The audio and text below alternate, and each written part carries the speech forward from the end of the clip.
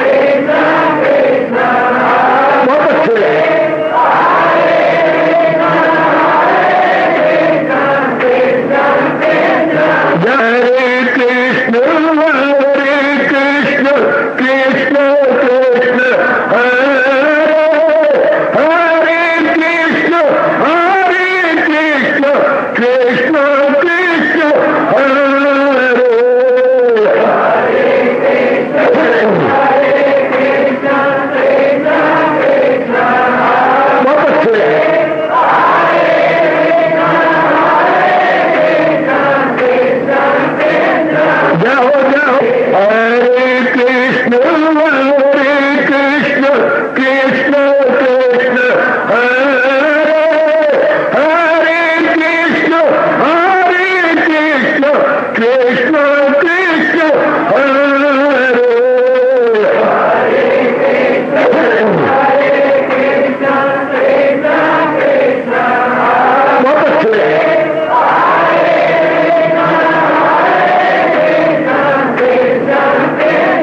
जाओ जाओ हरे कृष्ण कृष्ण कृष्ण हरे हरे कृष्ण कृष्ण कृष्ण हरे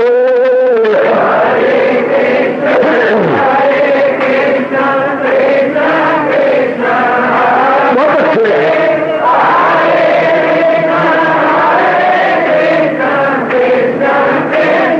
जाओ जाओ हरे कृष्ण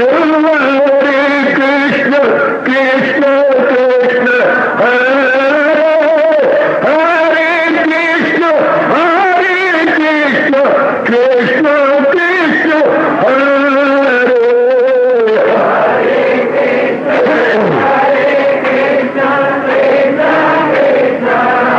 बहुत अच्छे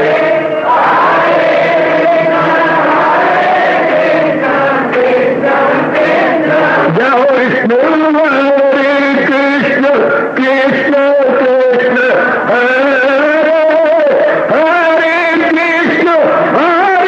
कृष्ण कृष्ण कृष्ण हरे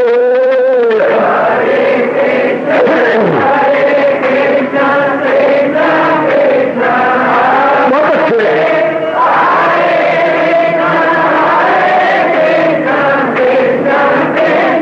जाओ जाओ कृष्ण हरे कृष्ण कृष्ण हरे हरे कृष्ण कृष्ण कृष्ण हरे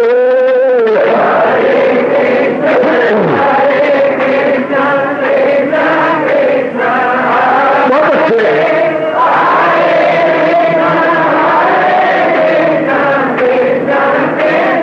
जाओ जाओ हरे कृष्ण कृष्ण हरे हरे कृष्ण कृष्ण कृष्ण हरे हरे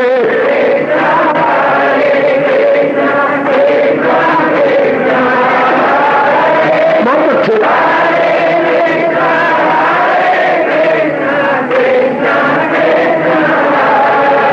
अपनी शहंशाह की आज आरती बड़े प्रेम और श्रद्धा से उतारे।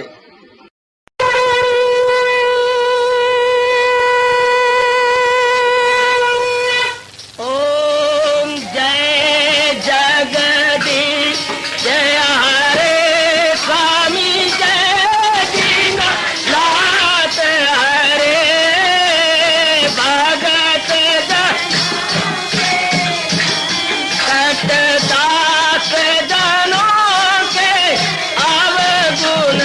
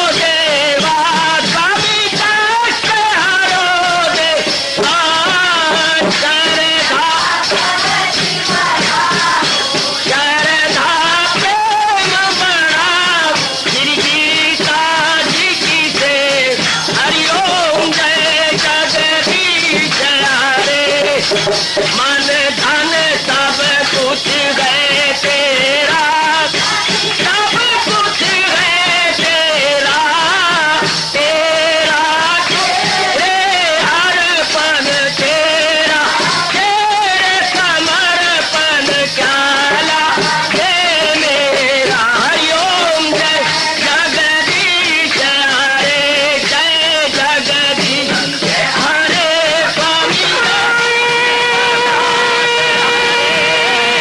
भगत जनों के संकट साधारी दूर कर। हरिओम जय जगदीश हरे, जय भगवद गीता, जय भगवद गीता। वने भवन्तु सुखिनः सर्वे सन्तु निरामयाः सर्वे भद्राणि पश्यन्तु मा कश्चित् दुर्भाग् भवेत्। हरि ओम शांति शांति शांति। ओम प्रभु इसलिए भगवान कृष्ण की जगत गुरु भगवान कृष्ण महाराज की। भगवते वासुदेवाय प्रभु नमो भगवते वासुदेव प्रभु नमो भगवते वासुदेव। ओम सनौ अवतु सनौ भुनक्तु वीर्यं कर्वाओ तेजस्विनो अधीतमस्तु मा विद्वेषाओ। हरि ओम शांति शांति शांति। ओम प्रभु ब्रह्म विद्या गीता भगवती की, गीता माता की, सर्व दुख निवारणी गीता मैया तेरी सदाई। आदि अवतारी दाता भगवान कृष्ण की, मालिके कुल भगवान कृष्ण की, जगत गुरु भगवान कृष्ण महाराज की, भक्तों के शहंशाह भगवान कृष्ण की, गीता के लिखारी महर्षि वेदव्यास महाराज सदाई जय।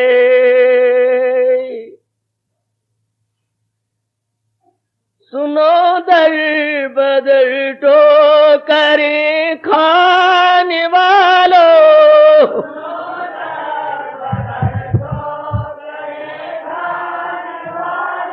कृष्ण जी के दर पे मुकद्दर बना लो।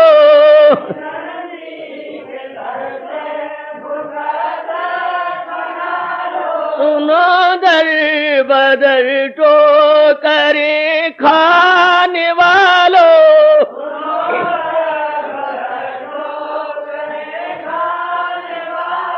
कृष्ण जी के दर पे मुकद्दर बना लो।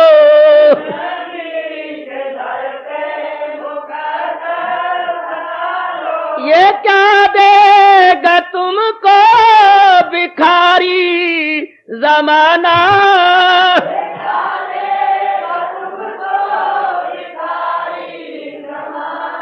भराने मतों से है इनका खजाना।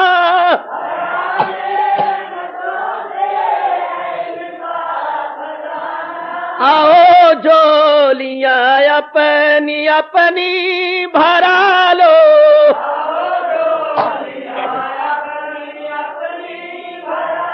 सुनो दर बदर टो करे खाने वालों,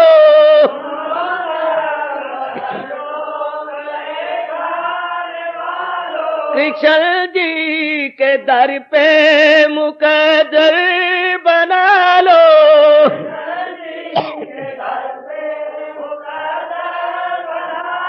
इन्हें मानती है ये सारी खुदाई,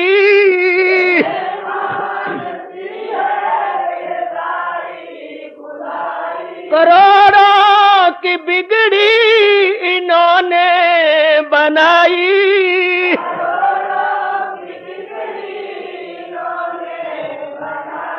भरोसा न हो तो इन्हें आज़मा लो,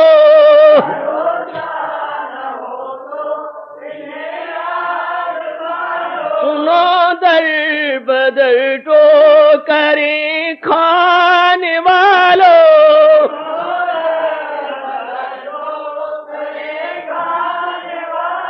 पिछल जी के दर पे मुकद्दर बना लो,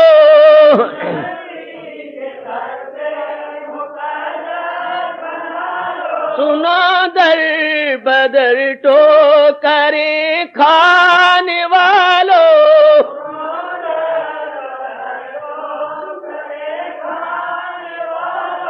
दिली प्रेम के आश्क आंखों में लाकर,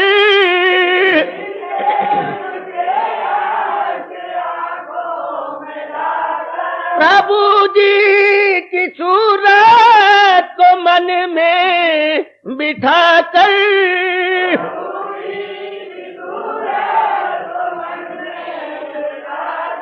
इन्हीं प्यार से जब भी चाहो बुला लो, जाओ जाओ अजी अजी ने प्यार से जब भी चाहो बुला लो,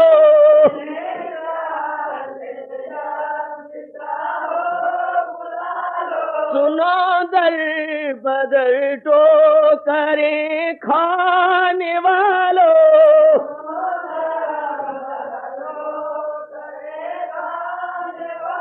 कृष्ण जी के दर पे मुकद्दर बना लो,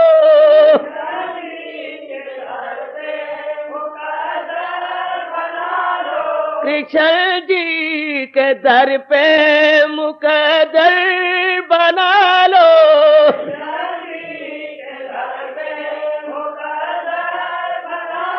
अगर जज्बाए दिल है कामिल तुम्हारा, जाओ यकीनन तुम्हें होगा इनका नजारा,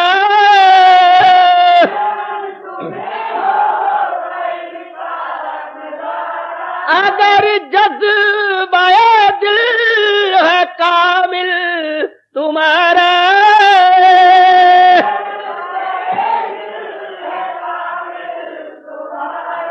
यकीनन तुम्हें होगा इनका नजारा,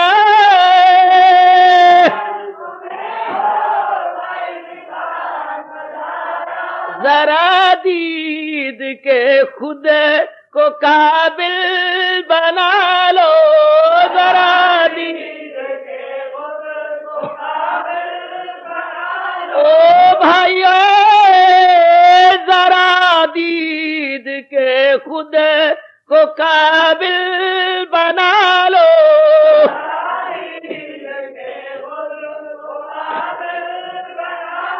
सुनो दर बदर तो करें खाने वालों,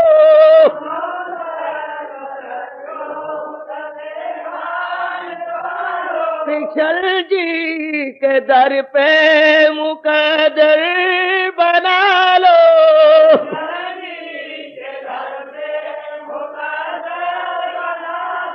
रहेगी न प्रेमी हो तेरी जिंदगानी,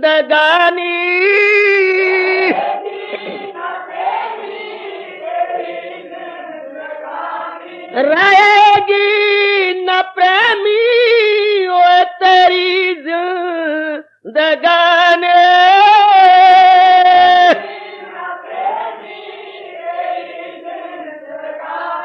अरे गुजर जाएगी जैसे नदिया का पानी,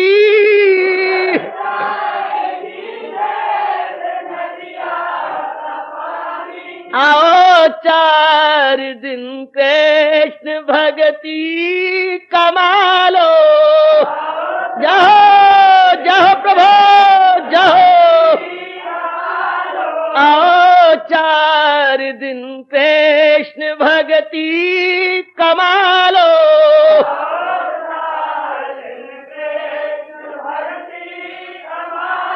ओ सुनो दर बदर जो करें खाने वालों।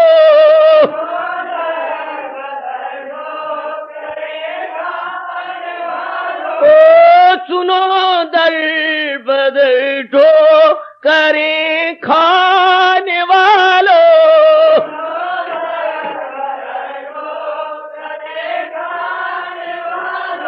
कृष्ण जी के दर पे मुकद्दर बना लो।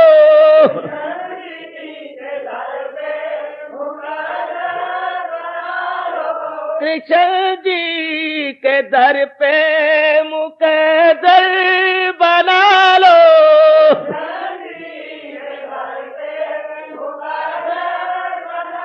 ओ सुनो दर बदर जो करे खाने वालों।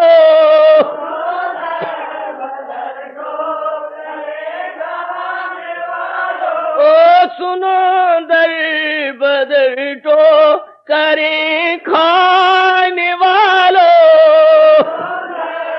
जाओ जाओ कृष्ण जी के दर पे मुकद्दर बना लो।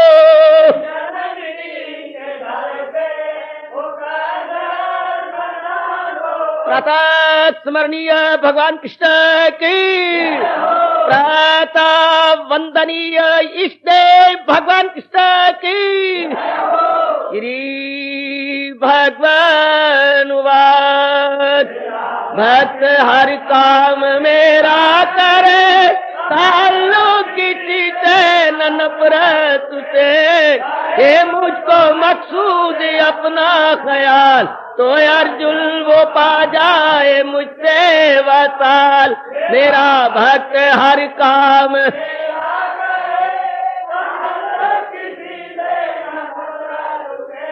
करे, मुझको मकसूद अपना ख्याल, तो अर्जुन वो पा जाए मुझसे वसल।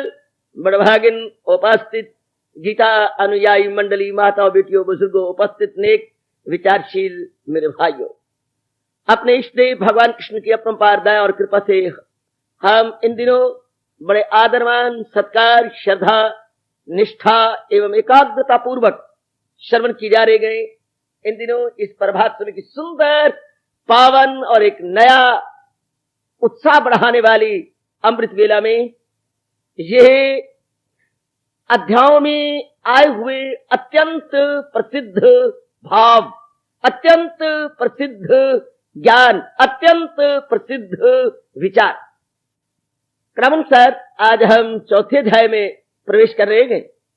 और इसमें जो इस अध्याय का सार रूप में श्लोक माना जाता है, बड़ा लोकप्रिय है, बहुत प्रसिद्ध है और साथ ही साथ बहुत ही गुणकारी, कल्याणकारी और हमारे दैनिक जीवन में पग पग पे काम आने वाला है।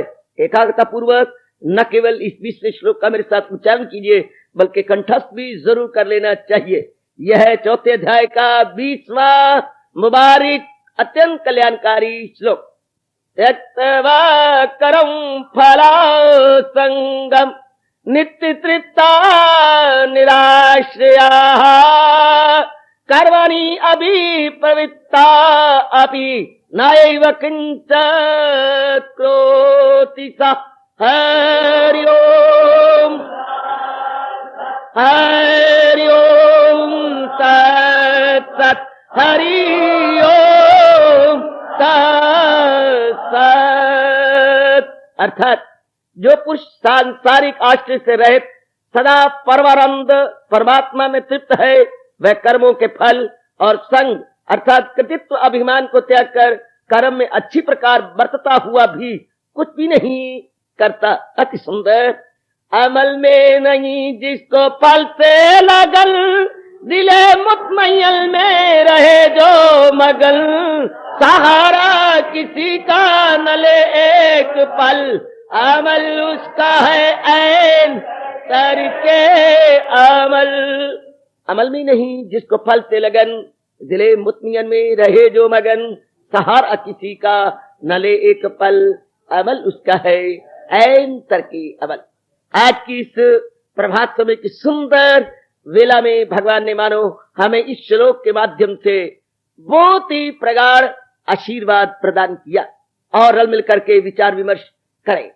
भगवान का आज का इस श्लोक के माध्यम से आशीर्वाद है और यही इस सारे अध्याय का सार भी माना जाता है। त्यक्त्वा कर्म फला संगम, कर्म तो भगवान का प्यारा करता है और दुनियादार भी कर्म करता है, लेकिन दोनों में बड़ा भारी अंतर है। एक कर्म सकाम भावना से करता है, एक कर्म संसारी आदमी कर रहा है कामनाओं को मद्देनजर रखकर, कामनाओं इच्छाओं ऐषणाओं को सामने रखता हुआ, मुझे धन प्राप्त होगा, मुझे इज्जत प्राप्त होगी, मुझे रुतबे प्राप्त होंगे, मुझे ये मिलेगा, मुझे वो मिलेगा, मेरा परलोक बनेगा, मुझे स्वर्ग मिलेगा, मैं वहां जाकर के खूब गुरसरे उड़ाऊंगा, मुझे संसार में बहुत कुछ मिलेगा, ये मिलेगा वो मिलेगा। कारण इसी भाव को सामने रखता हुआ सांसारिक व्यक्ति कर्म में जुटा रहता है दिन और रात। परंतु इसके उलट भगवान का प्यारा, भगवान के श्री चरणों का दास किसी प्रकार की कामना नहीं रखता, ना इस लोक संबंधी और ना ही परलोक संबंधी। उसके मन में तो भगवान का भाव, भगवान की भक्ति, भगवान की श्रद्धा, भगवान की निष्ठा बैठ चुकी है। माताओं, बेटियों, बुजुर्गों और मेरे नेक भाइयों, ऐसी मुबारक हस्ती के मन में सिवाय प्रभु के दिव्य दर्शनों के और कोई कामना नहीं रही। कहती ही जिस जंगल में शेर रहता है वहां दूसरा शेर नहीं रह सकता। वो तो मैं और आपने देखा है, ये नहीं सिर्फ सुना पड़ा है, लेकिन ये तो अपना तजर्बा हो रहा है कि जिस अंतःकरण में भगवान का प्रेम रहता है वहां संसार का प्रेम सदा के लिए नेस्तो नबूद हो जाता है। वहां संसार के प्रेम नहीं टिक सकता। जिसके अंदर प्रेम समाये सब संसार के प्रेम भस्मीभूत हो जाए, वो नहीं टिक सकते। तो भगवान की अपार कृपा से जब भक्त के मन के अंदर प्रभु की भक्ति, प्रभु की उपासना और प्रभु का अलौकिक और दिव्य प्रेम रहने रहता है, सब प्रकार की वासनाएं भाग जाती हैं, सब प्रकार की कामनाएं भाग जाती हैं। अज्ञानता में ही संसार की कामनाएं टिक सकती हैं, परंतु ज्ञान में कदापि नहीं। आप भली प्रकार जानती हैं, ये उल्लू, चमगादड़ और ये चोर उचक्के अंधेरे में ही रहती हैं, काली रात्रि में ही नजर आएंगे, लेकिन सूर्य के उदय हो जाने पर बिल्कुल भी नहीं। इसी प्रकार ये कामनाएं, वासनाएं, इच्छा, काम, मोह, हंकार इत्यादि गंदी वृत्तियां उसी कलेजे अंतःकरण में रहेंगी मेरी माताओं, बेटियों, बुजुर्गों और भाइयों। जहां अविद्या है, जहां अज्ञानता है, जहां पर्दाए जहालत है, भगवान की अपार कृपा से जब ज्ञान मिल जाता है, भगवान की उच्च कोटि की भक्ति हमारे अंदर जाग उठती है, तब ये गंदी वृत्तियां और संसारिक प्रेम ढूंढे जाने पर भी नहीं मिलते। जिंदा तो वो रहता है, कर्म भी अब करता हुआ नजर आता है, लेकिन भगवान के प्रेम में जख्मी हुआ कर्म कर रहा होता है। वो लोक संग्रह के लिए कर्म करता है, लोग हितार्थ कर्म करता है। अगर गौर से देखा जाए उसकी एक एक छोटी बड़ी क्रिया क्या बता रही है? सर्वहिताय सर्व सुखाय, सर्वहिताय सर्व सुखाय, अर्थात सर्वभूत हिते रता, सबकी भलाई में कहां रहे, उसका एक एक कर्म भली प्रकार भगवान की इस सूक्ति को चरितार्थ कर रहा होता है। कर्म तो कर रहा है लेकिन सबकी भलाई के लिए, सबकी बेहतरी और बेबूदी के लिए। तो भगवान ने कहा, देखा क्योंकि वो मेरे प्यार में जख्मी हो गया है, उसने मेरे दीदार का एकमात्र लक्ष्य बना लिया है, तो कर्म में किसी प्रकार की कोई आसक्ति, कोई रग़बत, कोई स्वार्थ भावना नहीं रही। ध्यान देना मेरी माताओं, बच्चे, बुजुर्ग भाइयों, ऐसा ही हमने बनना है। ऐसों के नक्शे कदम पर मैं और आपने गामजन हो जाना है, हो चुके हैं, भागते जा रहे हैं, यथामति यथाशक्ति अपने आप को लगाए हुए हैं। फिर भी भगवान हमें उपदेश दे रही हैं हमारे इन भावों को सुदृढ़ करने के लिए और भी मजबूती से पकड़ने के लिए। महाराज जी ने फरमाया अपने श्रीमुख से कि देख, जो अपना कल्याण कर गए हैं उनके अंदरूनी क्या भाव थे? त्यक्त्वा कर्म फला संगम, कर्म तो कर रहे थे लेकिन फल की ओर नजर नहीं था। कर्म तो करते हुए नजर आते थे, अपने फील्ड ऑफ एक्शन में वो एक्टिविटीज में लगे हुए थे, लेकिन उनके मन के अंदर किसी प्रकार की कोई वासना ना थी, किसी प्रकार की कोई फल की तरफ निगाह ना थी कि मैं कर्म कर रहा हूं मुझे ये मिलेगा, ये मैं कर्म कर रहा हूं मुझे वो मिलेगा, बिल्कुल भी नहीं। एक ही भावना मन में थी, मुझे किसी प्रकार जैसा भी हो प्रभु के दिव्य दर्शन होने चाहिए और मैं सदा श्रद्धा के लिए उनमें समा जाना चाहिए। बस उसका रोम रोम पुकार रहा होता है, मुझ में समा जा इस तरह प्रभु, मुझ में समा जा इस तरह तन प्राण का जो तौर है, जिसमें न फिर कोई कह सके मैं और हूं तू और है। बस यही उसकी भावना होती है और किसी प्रकार की और कोई आकांक्षा कोई इच्छा उसके मन में नहीं रहती। संसार की सब प्रकार की लालसाएं सदा श्रद्धा के लिए भस्मीभूत हो गई होती हैं। इसलिए हजूर अनवर जो अंतर्यामी है, उसके अंतर में निवास करते हुए और उसका अनुभव करते हुए, उसके अंतःकरण का एक्सरे लेते हुए स्पष्ट कह रही गई क्या, त्यक्त्वा कर्म फला संगम। कर्म तो कर रहा है लेकिन फल की ओर उसकी नजर नहीं है। ये मिले या वो मिले, कम मिले या ज्यादा मिले, उसकी बला से उसे रत्ती भर की इसकी परवाह नहीं है कि कर्म करने के बाद मुझे मान मिलता है या अपमान, मुझे धन मिलता है या मुझे कुछ भी नहीं मिलता, मुझे संसार प्यार देता है या तकरार करता है, रत्ती परवाह नहीं इसकी। अपना कर्तव्य समझता हुआ वो किए जा रहा है, क्योंकि भगवान ने उसको समझाया है तुझे काम करना है उम्र देकार, नहीं उसके फल पर तुझे इख्तियार। ये ऐसा नेक जीव है मेरे सजनों और उपस्थित माताओं बेटियों, जो सिर्फ गीता सुनना ही नहीं जानता, सिर्फ गीता पढ़ना ही नहीं जानता, सिर्फ जबानी जमा खर्च करना ही नहीं जानता। ये नेक जीव, ये उच्च कोटि का बड़भागी जीव, ये उच्च कोटि का योग भ्रष्ट भगवान की वाणी को सुनता हुआ अपनाने में लग गया है। भगवान की वाणी को सुनकर ऐसी नेक बेटी मनसा वाचा कर्मणा एक होकर अपनाई जा रही है, अपने जीवन में ढाली जा रही है और दिन प्रतिदिन रूहानियत की मंजिलों को तय करता चला जा रहा है। उनके लिए जी सरकार जी, उन नेक जीवों के लिए हमारे भगवान कह रही है त्यक्त्वा कर्म फला संगम, त्यक्त्वा कर्म फला संगम। देख लो ये कर्म कर रहा है लेकिन फल की ओर इसकी कोई नजर नहीं है, बिल्कुल उसकी नजर बस मालिक पे जम गई है। उसकी नजर भगवान के दर्शनों के लिए उत्कंठित है, ललायत है, वो बेचैन है भगवान के दर्शनों के लिए, वो बेकरार रहती है भगवान के दिव्य दर्शनों की झांकी लेने के लिए। संसार की किसी प्रकार के प्राणी पदार्थ की अब तमन्ना उसके मन में नहीं रही, मतलब किसी प्रकार की संसार संबंधी इच्छा उसके मन में नहीं रही। बस संसार बनाने वाले के दर्शनों की एकमात्र इच्छा कुछ टेढ़ी बन के खड़ी हो गई है। अगर हम सुन सके तो उसका रोम रोम पुकार के कह रहा होता है इच्छामि न किंचित अपि प्रभो, इच्छामि ते दर्शनम, इच्छामि न किंचित अपि प्रभो, इच्छामि ते दर्शनम। उनके लिए हमारे सरताज और मन के राजा त्रिलोकीनाथ भगवान कृष्ण सजनों क्यों न कहें त्यक्त्वा कर्म फला संगम, त्यक्त्वा कर्म फला संगम, अर्थात अमल में नहीं उसको फल से लगन, अमल में नहीं जिसको फल से लगन, अमल में नहीं जिसको फल से लगन। अमल में है कर्म में, लेकिन क्या बड़ी बात है फल से लगन नहीं, कर्म में लेकिन फल की तरफ नजर नहीं। ये कर्म कर रहा हूं मुझे संसार संबंधी क्या मिलेगा, स्वर्ग संबंधी क्या मिलेगा, भगवान राम राम राम राम राम, जरा पर भी ये भाव उसके मन में नहीं आता, जरा पर भी ये साकाम का भाव उसके हृदय को उसके अंतःकरण को स्पर्श नहीं करता।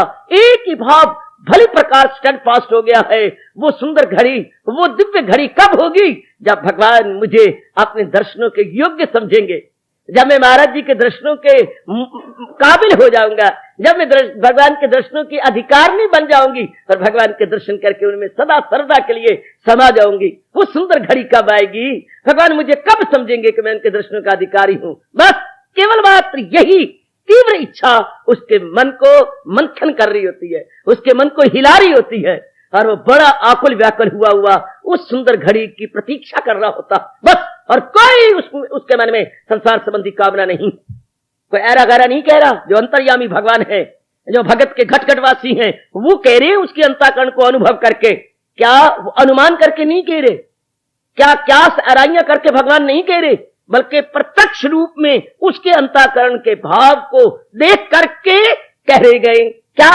अमल में नहीं जिसको फल से लगन, अर्थात त्यक्त्वा कर्म फला संगम, त्यक्त्वा सदा के लिए उसने त्याग दिया, सदा श्रद्धा के लिए फल की ओर नजर नहीं मारता।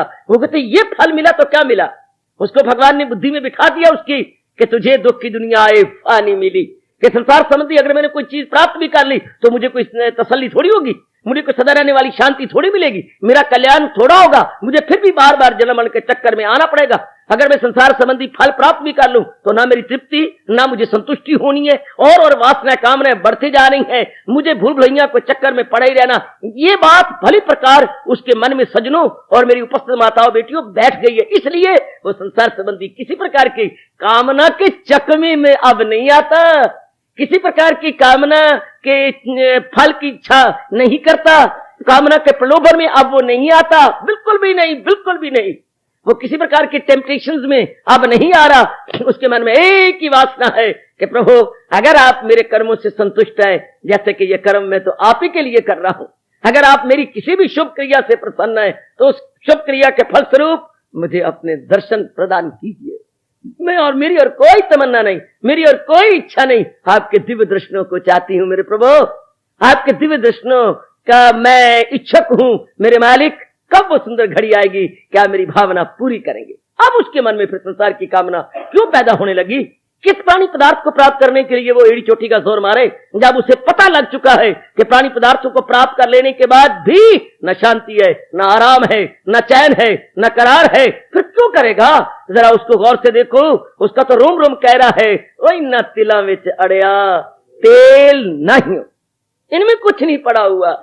इनकी प्राप्ति के बाद भी मन में कोई तसल्ली नहीं होती। तो अब वो कर तो रहा है, बड़ी हैरानगी होती है कि जिसको ये पता लग गया कि कामना पूरी हो जाने के बाद भी मन को संतुष्टि नहीं होती, मन में तृप्ति नहीं होती, फिर भी वो कर रहा है। हाँ, लोक संग्रह के लिए भगवान उससे करवा रहे हैं, लोगों की बेहतरी और भलाई के लिए वो कर रहा है, उसके अपनी कोई इच्छा नहीं, दूसरों की भलाई के लिए। कहते हैं एक नगर में एक अंधा रहा करता था।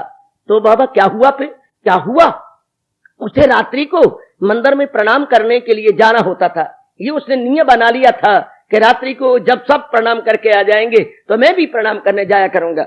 ये उसकी रूटीन बन चुकी थी मेरी देवियों और मेरे उपस्थित भाइयों और मेरे बच्चों। तो वो हाथ में लैंप जला के ले जाता। काफी जवान और गुजरने वाले मजाक करते, वाह सौरा कितना बुद्धू है, नजर तो आता नहीं और लैंप जला के ले जाता है। बड़े हैरान होते, कई ताड़ियां मारते, कई मजाक करते, कई उसकी गुदगुदी करते, कोई कुछ कहता जो जिसके मन में आता। आखिर एक दिन सब ने छेड़ते छाड़ते हुए ये प्रश्न कर ही डाला, बाबा राम राम, कहाँ जाया करते हो? भाइयों, मैं मंदिर में प्रणाम करने के लिए, भगवान की श्री चरणों में नमस्कार करने के लिए और उनका आशीर्वाद लेने के लिए जाता हूँ। सो तो ठीक, बहुत ही अच्छा करते हो, बहुत अच्छा करते, लेकिन बाबा क्या तुम्हें कुछ दिखाई देता है? सच बताना, झूठ ना बोलना। ना, मैं तो बिल्कुल स्टोन ब्लाइंड हूं, स्टोन ब्लाइंड। जैसे पत्थर को कुछ नहीं दिखाई देता, इस तरह मैं पत्थर के समान बिल्कुल अंधा हूं। अपने मुख से कह रहे हो बाबा? हाँ भाई, मैं बिल्कुल सत्य कह रहा हूं। बाबा फिर तुम्हें सियाना कहें कि मूर्ख, क्यों ये लैंप क्यों जलाए फिरती हो? जब तुम्हें नजर नहीं आता तो रात्रि को लैंप क्यों जलाए? तो अरे भाइयों, तुम्हें गलती हुई, ये लैंप मैं अपने लिए नहीं जला के चलता, मैं तुम लोगों के लिए जला के चलता हूं। अंधा मुथा जा रहा है, रबदा मारे होया जा रहा है, भाइयों संभल के चलना, मैं आ गई दुखी हूं, कहीं मेरे साथ चोट खा के मुझे और न चोट पहुंचा देना है। ये बात, हाँ, ये लैंप तो मैं तुम्हारे लिए जलाता हूं, अपने लिए नहीं कि मेरे साथ ठोकर न लगा लो और मेरे और किसी अंग को चोट न पहुंचा दो। मैं तो आगे ही मुताज हूं, मुझे और न मुताज कर डालो। राम बाबा, बड़े दूरदर्शी है तू। हम तो मजाक करते थे कि बाबा को नजर आता नहीं और लम जलाए फिरता है। बहन इसी प्रकार, जब भगवान का अत्यंत प्यारा या तरकुल दुनिया जिसने वासना कामना और ग्रस्ती छोड़ दी है, फिर भी वो दिन रात कार्यों में लगा रहता है, तो मेरी और आप जैसे हैरान होती हैं कि इसको लेना क्या है? न दिल बस्तगी है जहां से उसे, न कुछ मुद्दा नियो आ से उसे, ये फिर भी कर्म करता रहता है, ये फिर भी जुटी रहती है। क्यों जुटी रहती है? क्यों लगे रहती है दिन रात? तो भगवान कह रहे हैं वो क्यों लगे रहते हैं मेरे प्यारे? अपने लिए नहीं, दूसरों के कल्याण के लिए, दूसरों की बेहतरी के लिए, दूसरों की भलाई के लिए। जैसे सूर्य भगवान का प्यारा अपने लिए नहीं निकलता, सब जीवों की भलाई के लिए उदय होता है। वृक्ष अपने लिए फूल और पत्ते अपने ऊपर नहीं लेते, ये फूल और फल वृक्ष अपने लिए नहीं लेते, बल्कि जीवों की भलाई के लिए फल से लटपट जाते हैं। बादल महापुरुष कहती हैं अपने लिए पानी से नहीं भरते, बल्कि लोगों के कल्याण के लिए पानी बरसाती हैं। इनमें बादलों क्या भला है? बादलों को तो कोई भला नहीं। धरती अपने लिए इतनी उपज नहीं देती, बल्कि जीवों के कल्याण के लिए। इसी तरह महापुरुषों का जीवन अपने लिए नहीं होता, सबकी भलाई के लिए होता। सबकी बेहतरी और सबके कल्याण के लिए होता है। अरे गलतफहमी में न जाओ कि मेरे प्यारों को जिनकी कोई तमन्ना नहीं, इच्छा नहीं, वो क्यों कर्म में लगे हुए हैं? भाई अपने लिए नहीं, दूसरों की बेहतरी के लिए, दूसरों की भलाई के लिए। क्योंकि मरना भला है उसका जो अपने लिए जिए। वाह क्या कहने मेरे प्रभु। मरना भला है उसका जो अपने लिए जिए, और जीता है वो जो मर चुका इंसान के लिए। महात्मा गांधी जो हमारे इस 20वीं शताब्दी के उच्च कोटि के कर्म योगी माने जाती हैं और सदा माने जाएंगे, और आने वाली पीढ़ियां उनका बड़ा आदर मान सत्कार करेंगी। वो हमारे इस शताब्दी के कर्मठ हैं, हमारे लिए बड़ी सुंदर एग्जाम्पल या एक आदर्श पेश करके चले गए। जब उन्होंने भगवान की इच्छा से कहूं अपने इस कलेवर, अपने इस नश्वर शरीर को छोड़ा, तो कभी प्रेम के अश्रु बहाकर अपने अंदर के उद्गारों को यूं प्रकट कर रहे थे। और आपका ये उपस्थित साधु उनके जमघटे में खड़ा हुआ, उनके जलसे में खड़ा हुआ, अपने भी आंसू बहते हुए अनुभव कर रहा था। क्या सुंदर उनके उद्गार थे जो बापू जी को श्रद्धांजलियों रूप में अर्पण कर रहे थे। सुना दूं आपको, कितना सुंदर वो कह रहे थे, बापू जी के मरना तो सबको आता है, पर मर के जीना सिखा दिया तूने। मर के जीना, तूने इतनी भलाइयां की जनता पर, तूने इतनी कुर्बानियां की जनता के लिए। भले ही तू शारीरिक रूप में चला गया है, पर तेरी कुर्बानियां, तेरी भलाइयां, तेरे शुभ कर्म हमेशा तुझे जिंदा रखेंगे। जी के मरना तो सबको आता है, पर मर के जीना सिखा दिया तूने। तो ऐसे जो भगवान के प्यारे होते हैं, मेरी माताओं, बच्चियों, बुजुर्गों और मेरे विचारशील भाइयों, उनकी हर एक क्रिया दूसरों के लिए होती है, अपने लिए नहीं। मैंने कहा ना, सूर्य अपने लिए नहीं उदय होता। मैंने कहा ना, नदियां अपने लिए नहीं बहती। मैंने कहा ना, बादल अपने लिए नहीं बरसता। वृक्ष, फूल और फल अपने लिए नहीं लेते, बल्कि दूसरों की भलाई और बेहतरी के लिए। बैन इसी प्रकार महापुरुषों का जीवन अपने लिए नहीं होता, बल्कि समाज के कल्याण के लिए, समाज की बेटरमेंट के लिए। इसलिए हमारे मालिक कह रहे हैं कि देखो, मैंने अपने प्यारे को एक आदर्श बना करके समाज में रखा हुआ है, जो कर तो रहा है, लेकिन त्यक्त्वा कर्म फला संगम, त्यक्त्वा कर्म फला संगम। कर्म कर रहा है, लेकिन कर्म में कोई स्वार्थ भावना नहीं। कर्म कर रहा है, पर कर्म में कोई उसकी अपनी इच्छा नहीं है। वो किसी प्रकार का उल्लू नहीं सीधा करना चाहता, वो किसी प्रकार का अपना स्वार्थ, अब उसका स्वार्थ रहा ही क्या। जो भगवान तक पहुंच चुका है, जिसका कल्याण हो चुका है, और भगवान जिसको एग्जाम्पल बनाते हुए, भगवान जिसके उदाहरण पेश करते हुए, या जनता के सामने एक आदर्श या आइडियल रखते हुए कर्म करवा रहे गए, ताकि दूसरों के लिए वो आइडियल बने, ताकि दूसरों के लिए वो एक शानदार नमूना बन के रहे कि हमें जिंदगी ऐसे काटनी है जैसे कि फला भगवान के प्यारे काट गए। महापुरुष भी हम सबको यही कह के भगवान की जात में चले गए। याद रखना मेरी माताओं, बेटी, बुजुर्ग और भाइयों, वो चाल चल के उम्र खुशी से कटे तेरी। सदके सदके सदके महापुरुषों के अनमोल विचार। वो चाल चल के उम्र खुशी से कटे तेरी, वो काम करके याद तुझे सब किया करें। जहां भी तेरा नाम ले अदब से ले, और जब तेरी याद हो तो आदर से लिया करे। जहां भी तेरा जिक्र हो वो जिक्र आहा आहा आहा, जहां भी तेरा जिक्र हो वो जिक्र शाद हो, और नाम ले तो अदब से लिया करे। अति सुंदर, अति सुंदर। वो चाल चल के उम्र खुशी से कटे तेरी, वो काम करके याद तुझे सब किया करे।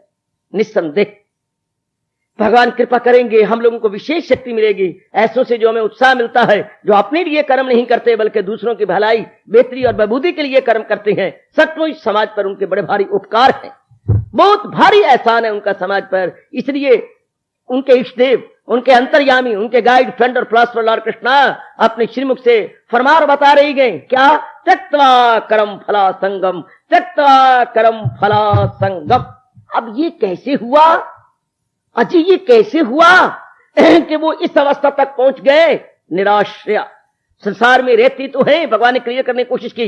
देखिए जरा ध्यान दीजिएगा, निराश्रया संसार में रहती हुए किसी के आश्रय नहीं रह रहे, वरना आम आदमी तो सहारा लेके रहता है। क्या? अपनी इज्जत का, अपने मान का, अपने बड़े बड़े पदवियों का, अपने पत्नी का, अपने पति का, अपने रिश्तेदारों का, एक अनेक सहारे लेके एक सामान्य और साधारण जीव जिंदा।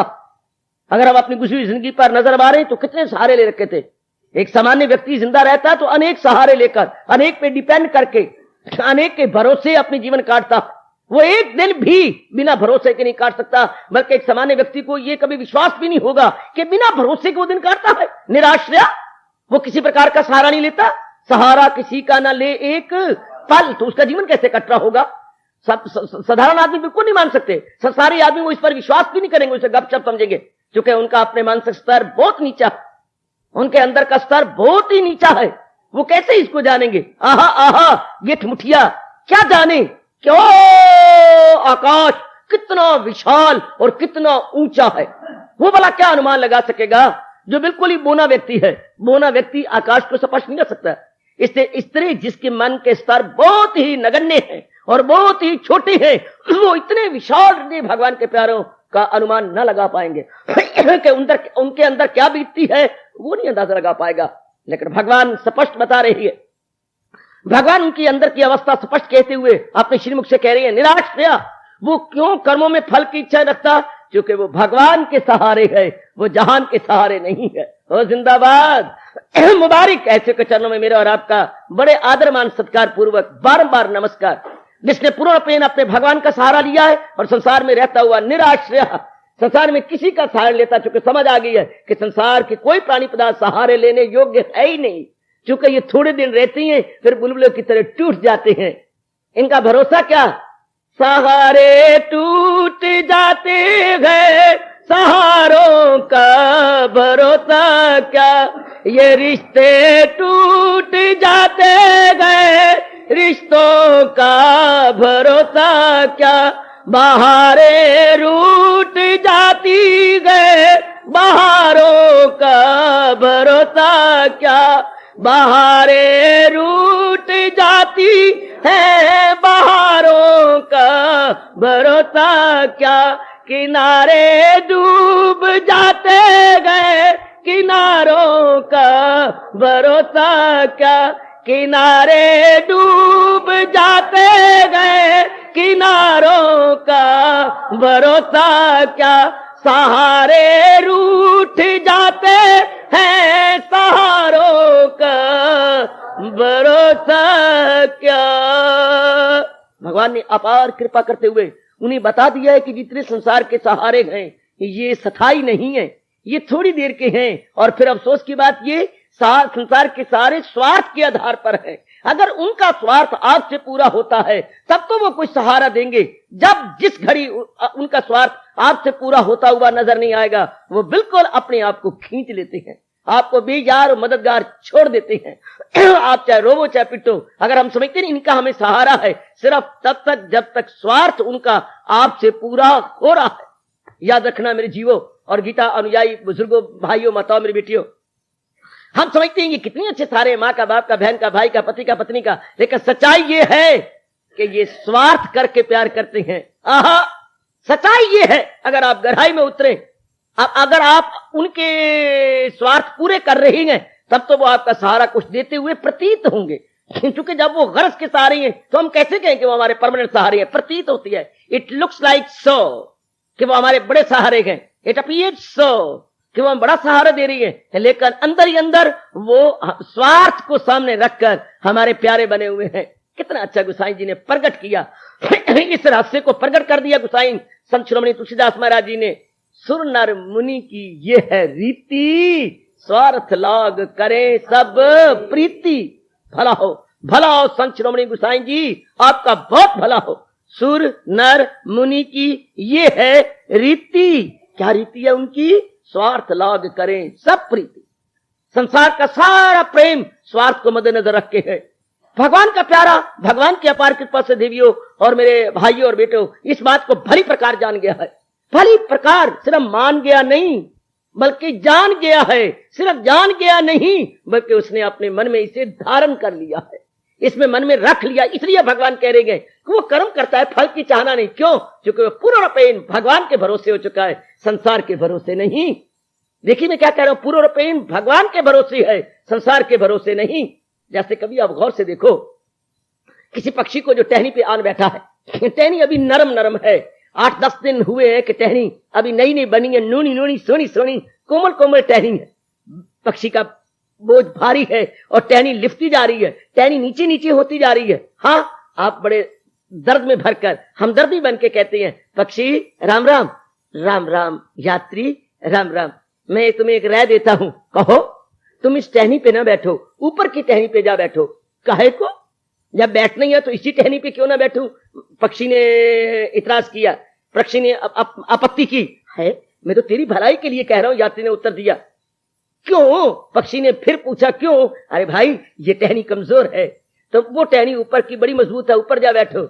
लेकिन यात्री, तुम्हें भूल हो रही है, मैं टहनी के सहारे बैठा कब हूं? है? यात्री ने अपनी आंखों पर अपनी उंगलियों से जोर मारते हुए और अपनी आंखों को साफ करते हुए कहा, क्या मुझे धोखा हो रहा है? क्या तुम टहनी पे नहीं बैठे? बिल्कुल भी नहीं, पक्षी ने उत्तर दिया, बिल्कुल भी नहीं। तो ये मुझे क्या नजर आ रहा है, तुम टहनी के सहारे हो? हाँ, मैं अनुरोध करूंगा और फिर भी आपको कहूंगा कि एक बार मेरे ध्यान से देख लो। दिखाई तो देता है, पक्षी ने कहा, कि मैं नई नई और कोमल कोमल टहनी के सहारे बैठा हूं, लेकिन मैं टहनी के सहारे नहीं। शाबाश पक्षी, शाबाश, कमाल कर गया मेरी बताओ बच्चों। जवाब देता हुआ पक्षी, नजर आ रहा है कि मैं टहनी के सहारे हूं, लेकिन मन ही मन में मैंने अपने परों का सहारा ले रखा। मैं तो अपने परों के सहारे हूं, टहनी के सहारा तो it appears so, it looks like so, actually it is not so. बहुत अच्छे। यात्री ने नमस्कार किया, दूर से ही उसको सिर झुकाया। पक्षी, तू मेरा गुरु है, तूने मुझे बता दिया कि संसार में भले ही परिवार में रह जाए, रिश्तेदारों में रह जाए, लेकिन मन ही मन में भगवान का सहारा लेके रह जाए। प्रभु भरोसे, भगवान भरोसे। याद रखना हो मेरी भोली भाली माता और बेटियों, आज का प्रसंग याद रहेगा। हम रहे संसार के अंदर, पर संसार भरोसे नहीं, क्योंकि संसार का भरोसा पता नहीं कब छूट जाए, पता नहीं कब टूट जाए। अभी भी मैं गा रहा था, जैसे दरिया के किनारे को कोई पता नहीं, पानी बढ़ जाए, दरिया डूब जाए, इसलिए रिश्तेदारों और बहारों और हवाओं का कोई भरोसा नहीं, कब ये अपने बने और कब ये हमसे रूठ जाएं। जब इनके स्वार्थ को चोट लगेगी, ये हमारे नहीं बनेंगे। ये बात बिठा लो। तो भगवान कहते जो मेरा सच्चा और मेरा पक्का भगत है, उसके अंदर ये बात भली प्रकार बैठ गई है। इसलिए निराश्रया सहारा किसी का न ले एक पल, सहारा किसी का न ले एक पल, सहारा किसी का न ले एक पल। वो एक क्षण भी संसार में रहकर सहारा नहीं लेता। बहुत अच्छे, रहता है संसार में, लेकिन उस पर तो कवि की वो उक्ति लागू हो रही है, बाजार से गुजरा है खरीदार नहीं, रहता है दुनिया में पर दुनिया का तलबगार नहीं। बहुत अच्छे, बाजार से गुजरा है खरीदार नहीं, दुनिया में रहता है पर दुनिया का तलबगार नहीं। यह है रहनी बड़ी चोटी की रहनी, यह है रहनी बड़ी शानदार रहनी जो भगवान मेरी और आपसे उम्मीद रखते हैं। यह है बाखुशी जीने की कला। मैं कई बार आपको कहा करता हूं, गीता हमें बाखुशी जीने की कला सिखाती है। बाखुशी जीने की कला कोई आए गीता से सीख ले कि संसार में रहकर खुशी खुशी कैसे जिए, प्रेम पूर्वक कैसे जिंदगी के दिन काटें। भगवान जी बता रहे गए, पूरा रूपेण मालक का सहारा लो। जैसे पक्षी टहनी पे बैठा हुआ भी मन ही मन में अपने परों के भरोसे बैठा, इसी तरह हम संसार में रहकर अपने भगवान के भरोसे, अपने प्रभु के भरोसे, अपने श्याम जी के भरोसे, अपने कृष्ण के भरोसे रहे। याद रखना, ग्रस्ताश्रम में रहने वाले मेरे भाइयों और माताओं बेटियों, रहो ग्रस्ताश्रम के अंदर, रहो रिश्तेदारों के अंदर, रहो इन विशेष प्रकार की खिजाओं और बहारों में, लेकिन मन ही मन में अपने भगवान का सहारा। जैसे कि महाराज जी अपने प्यारे के बारे में उनके मन का एक्सरे लेते हुए प्रकट कर रही हैं, कैसा उनका मन है। सहारा किसी का न ले एक पल, सहारा किसी का न ले एक पल। वो अपने भगवान के सहारे गए। उसे क्या पड़ी इन झूठे सहारों को लेकर बाद में पश्चाताप करने की, बाद में रोने की, क्योंकि भगवान डिक्लेयर कर चुके हैं ये राज की बात, ताल्लुक से पैदा जो होता है सुख, उसी से नुमाया हो आखिर में दुख। आज का संसारिक सुख कल का दुख है। याद रखना, आज का संसारिक माना गया सुख कल दुख बन जाएगा। और आपको रो रो के कहना पड़ेगा कि मैंने झूठे सहारे लेकर के अपने आप के अपने साथ जुल्म किया, मैंने अपने साथ बहुत भारी अन्याय किया जो मैंने झूठे सहारे ले लिए। भला किस किस को बाद में नहीं रोना पड़ा और इस प्रकार के दर्द भरे शब्द अपने अनुभव के आधार पर नहीं कहने पड़े। आहा, जिन्हें हम हार समझते थे गला अपना सजाने को, वही अब सांप बन बैठे हमारे काट खाने को। जिन्हें हम हार समझते थे गला अपना सजाने को, सोचो ना, गुजरी जिंदगी पर नजर मारो ना।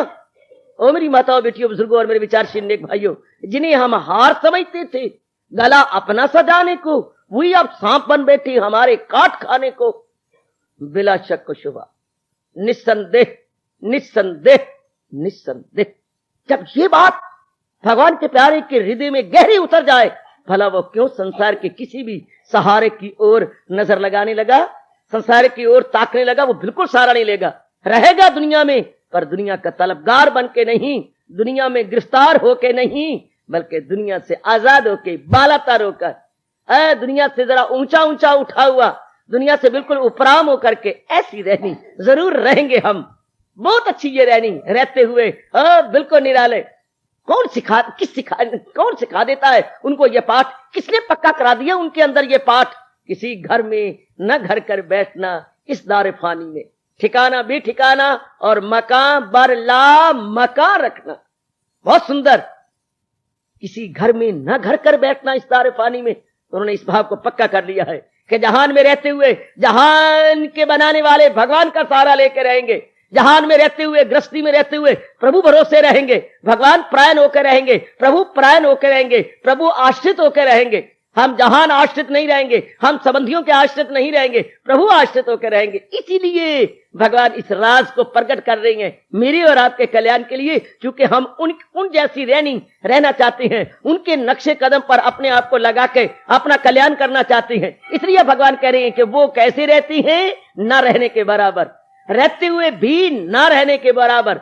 बेटी रहते हुए भी न रहने के बराबर, क्योंकि मानसिक रूप में नहीं रह, शारीरिक रूप में रह रहे हैं। शारीरिक रूप में वो गृहस्थ आश्रम संसार में है, लेकिन मानसिक रूप में वो प्रभु के भरोसे हैं, मानसिक रूप में वो भगवान के श्री चरणों में रहते हैं, मानसिक रूप में भगवान के श्री चरणों में जी सरकार, और शारीरिक रूप में भले ही वो कहीं भी रहे। पर ये तो बात ही कुछ निराली है।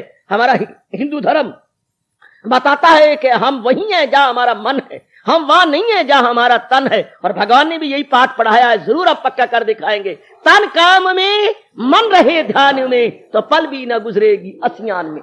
तन काम में मन रहे ध्यान में, तन काम में मन रहे ध्यान में। 8वें अध्याय का वो फरमान मैं और आप कभी ना भुला पाएंगे, जो भगवान ने मुझे और आपको पक्का करने के लिए दिया है। मुझे याद है अर्जुन बाहर रंग कर लिए जा मेरा नाम और जंग कर, माम अनुस्मर युद्ध च, माम अनुस्मर युद्ध च, माम अनुस्मर युद्ध च। वो पक्का सहारा भगवान का लेके रहता है, वो कच्चे सहारे नहीं लेता। सचमुच जहान के कच्चे सहारे हैं देखने को सारे नजर आते हैं, लेकिन ये सहारे छोड़ेंगे। कुछ दिन रहे और फिर गोबेंट गान हो गए, कुछ दिन रहे और चले गए ना। इसलिए भगवान कह रही हैं वो ऐसा कैसे रह रहा है निराश्रय संसार में रहकर, भगवान के भरोसे न के जहान के भरोसे। भगवान भरोसे जिंदाबाद, जहान भरोसे मुर्दाबाद।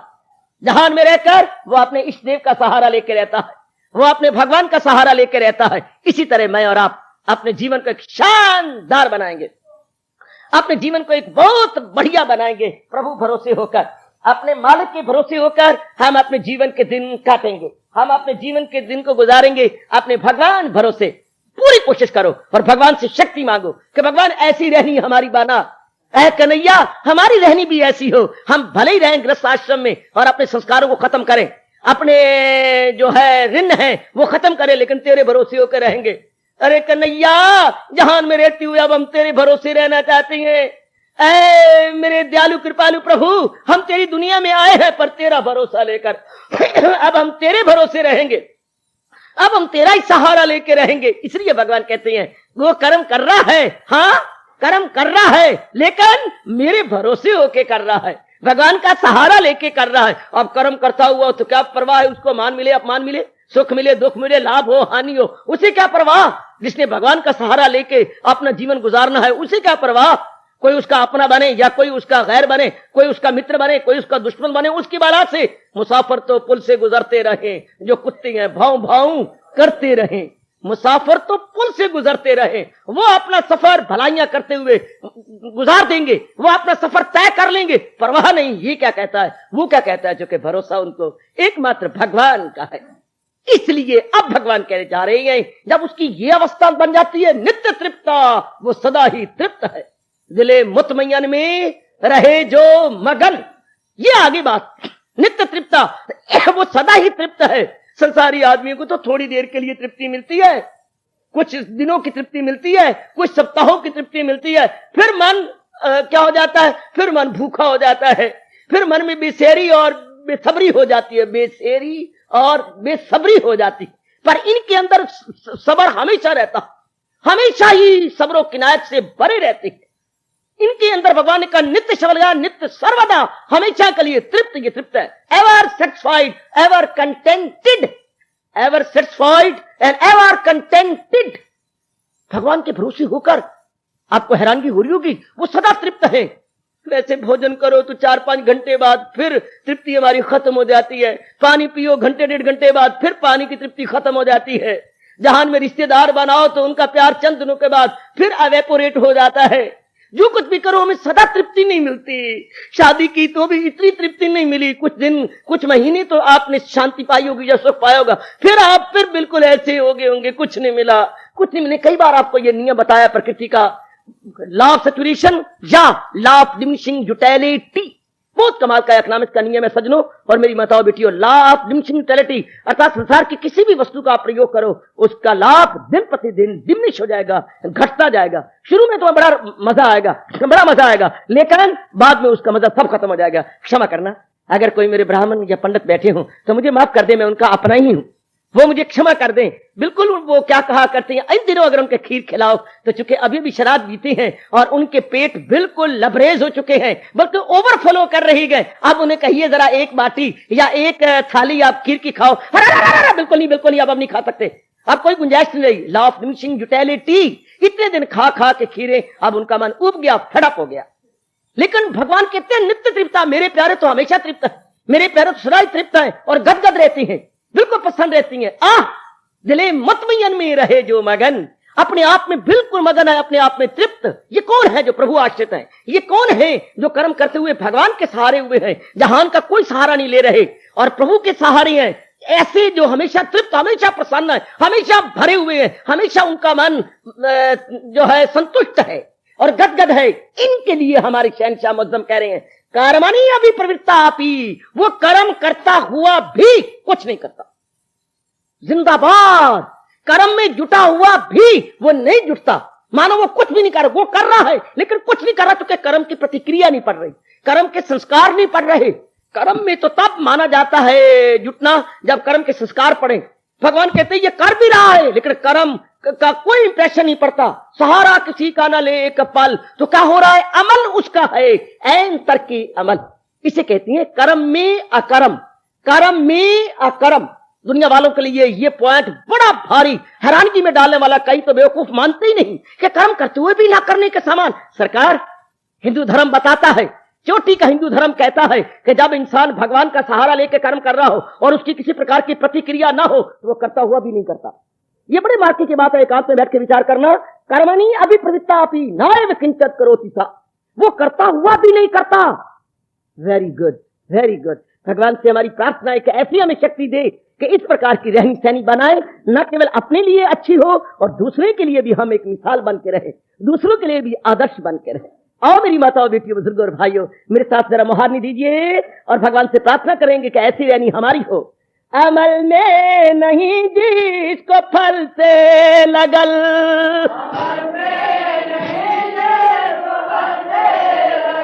दिले मुतमय्यन में रहे जो मगल।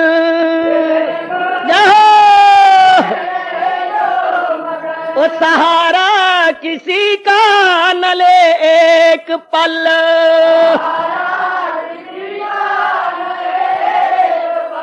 सहारा किसी का न ले एक पल।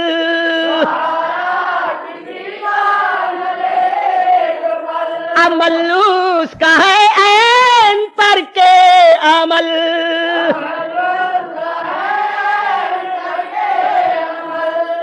जय भगवत गीता,